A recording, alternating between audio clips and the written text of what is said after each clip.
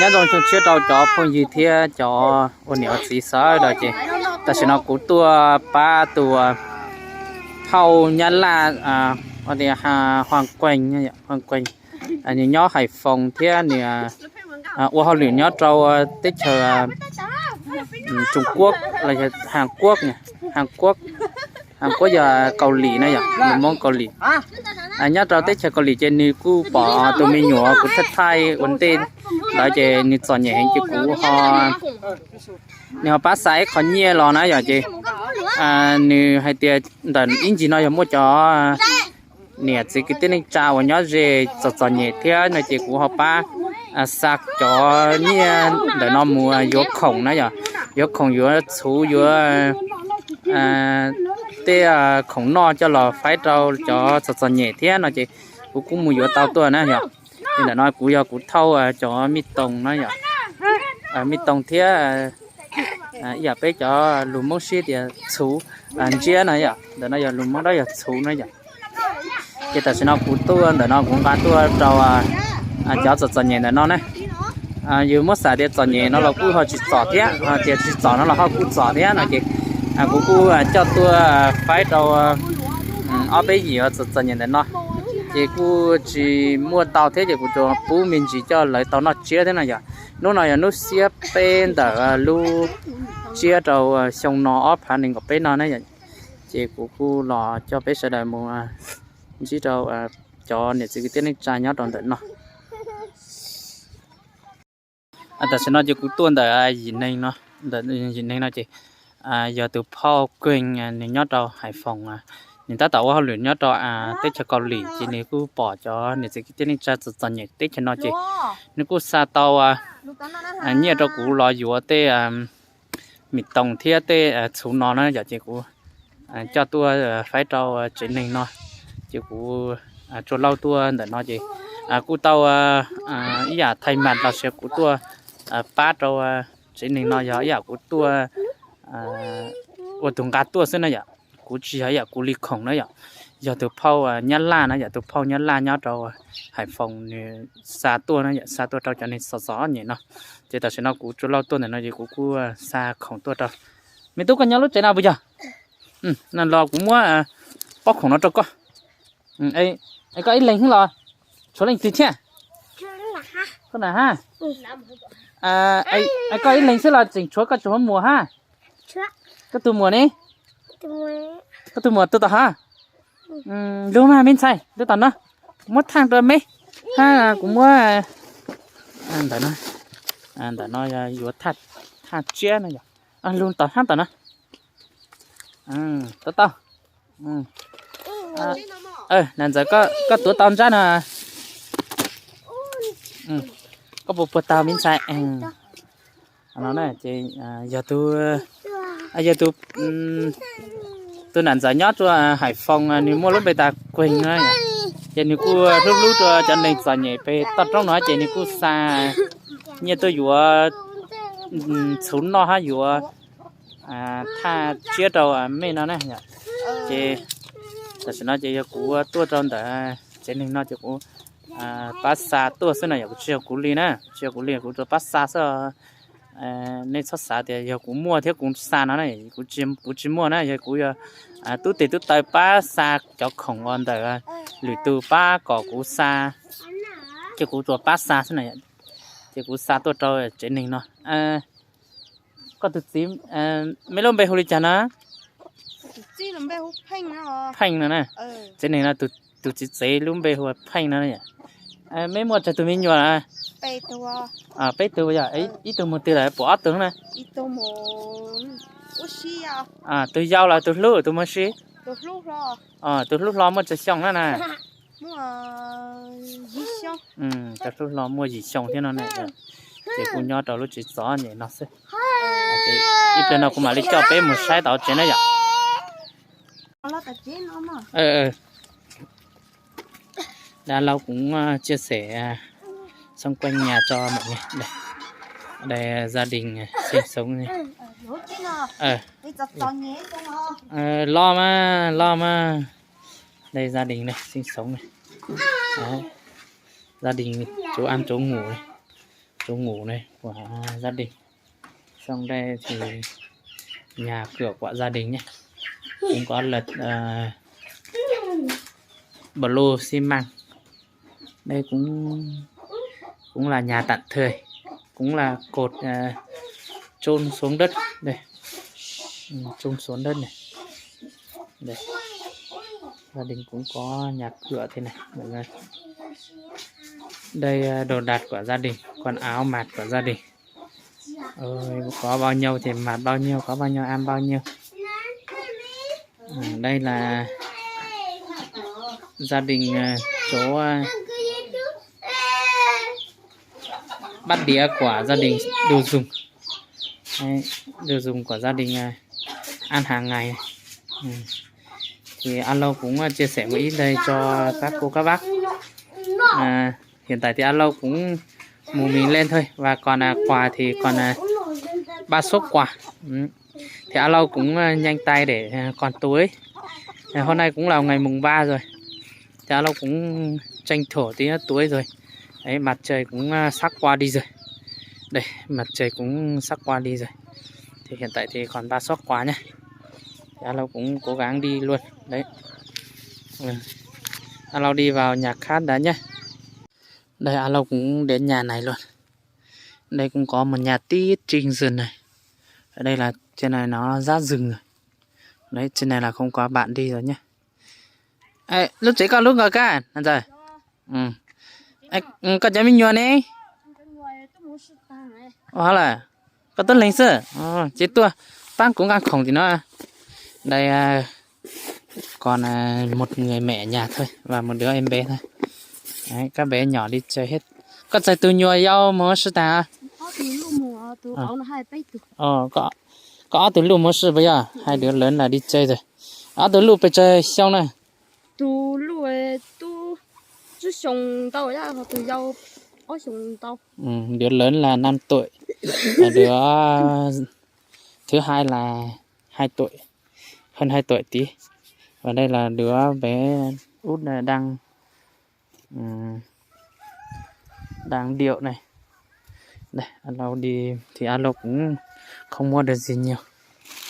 Đây là quà của cô Quỳnh, cô chị Quỳnh nhé. Thế gang mong tí sót chế. Đây Alo cũng cần hộ luôn gạo này. Đi vào nhà Alo đi quay gia đình một tí cho chia sẻ cho mọi người nhé.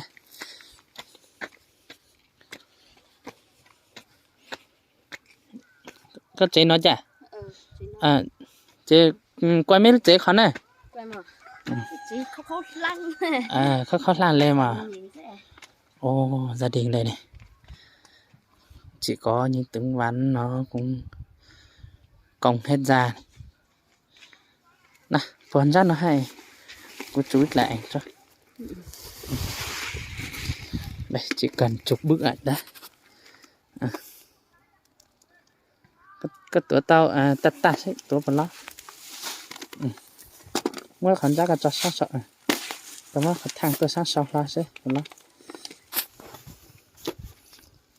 Là cho bao nhiêu sợ đấy này, tại sao nó chỉ cũng cô cho học khổng tuột đâu tôi niệm giải thế tôi cứ nhớ được nó. Có tôi chỉ hú cha nó niệm giải. Tôi chỉ hú chanh nó. Chanh nó. Mấy một bịch cho tôi mình nhỏ à? Lấy bịch từ bịch từ bây giờ có tôi chỉ một trái xong nè. Nếu mà nên gọc lóc xong. Nên gọc lóc xong bây giờ. Tại nó chỉ cũng tất tỏ các học khổng trâu tôi cứ thế tôi niệm giải nó.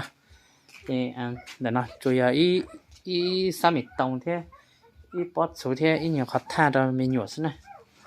Cô tuần để nó tôi cứ nó là cô gió nhẹ cơ thế này, gió nhẹ cơ thế. Thế và chơi gì tôi tha được thua đi nào thế sẽ, dầu tôi mua từ giá nọ ta đi nào, phân giá cô xóa thì xe nó đi thế để tài sự, để nó chỉ xóa xong nó giờ xóa xong chỉ, tầm giá tôi là ta lụt ta lên nào, chỉ cô nhau lúc chơi giật nhẹ nha thế sự.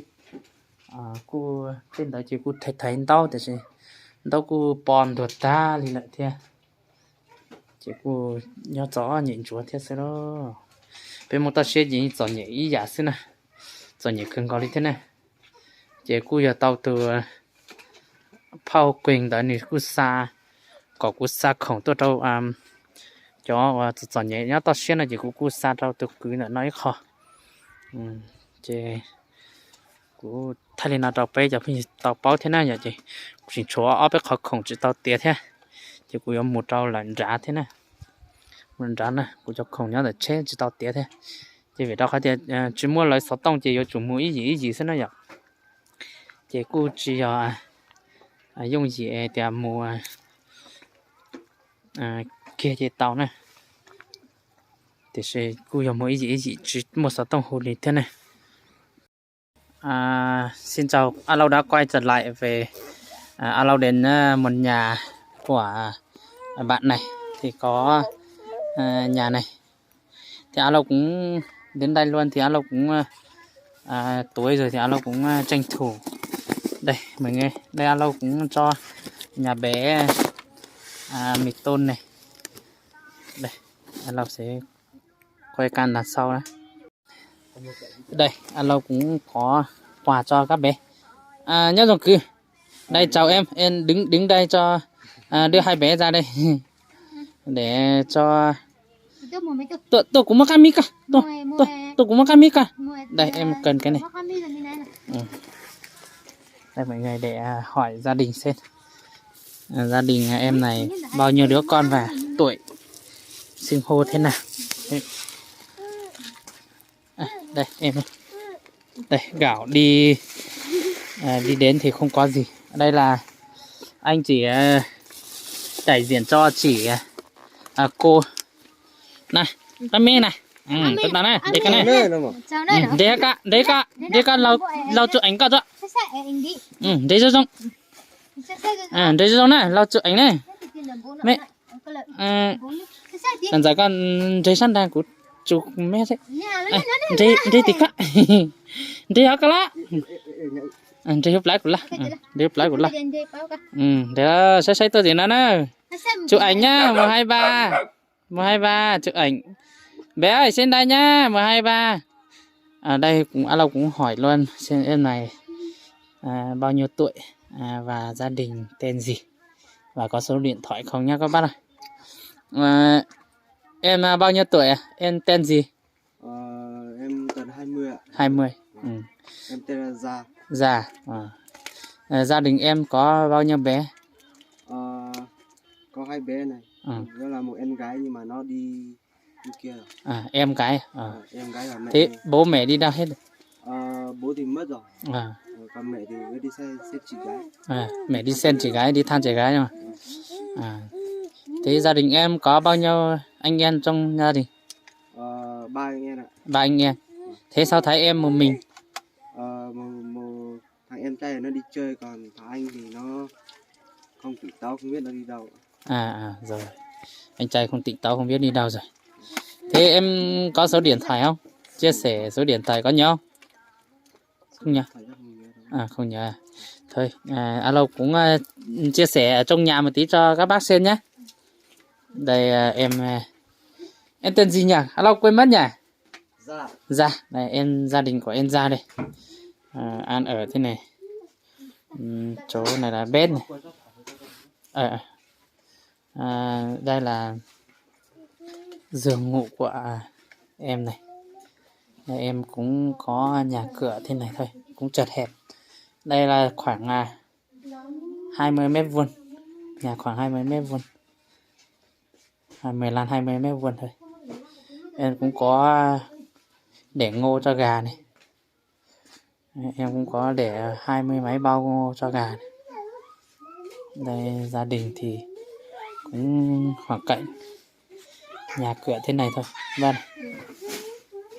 đây thì anh Long cũng chia sẻ một ít đây cho các bác đây nhà cửa cũng mọt hết rồi cũng mọt hết hầu như thời đại bây giờ thì ở đâu có rừng danh thì người ta thả bò thả trâu hết thì không có danh để lật nhà cố gắng tạo điều kiện để mua bờ lô xi măng về đây.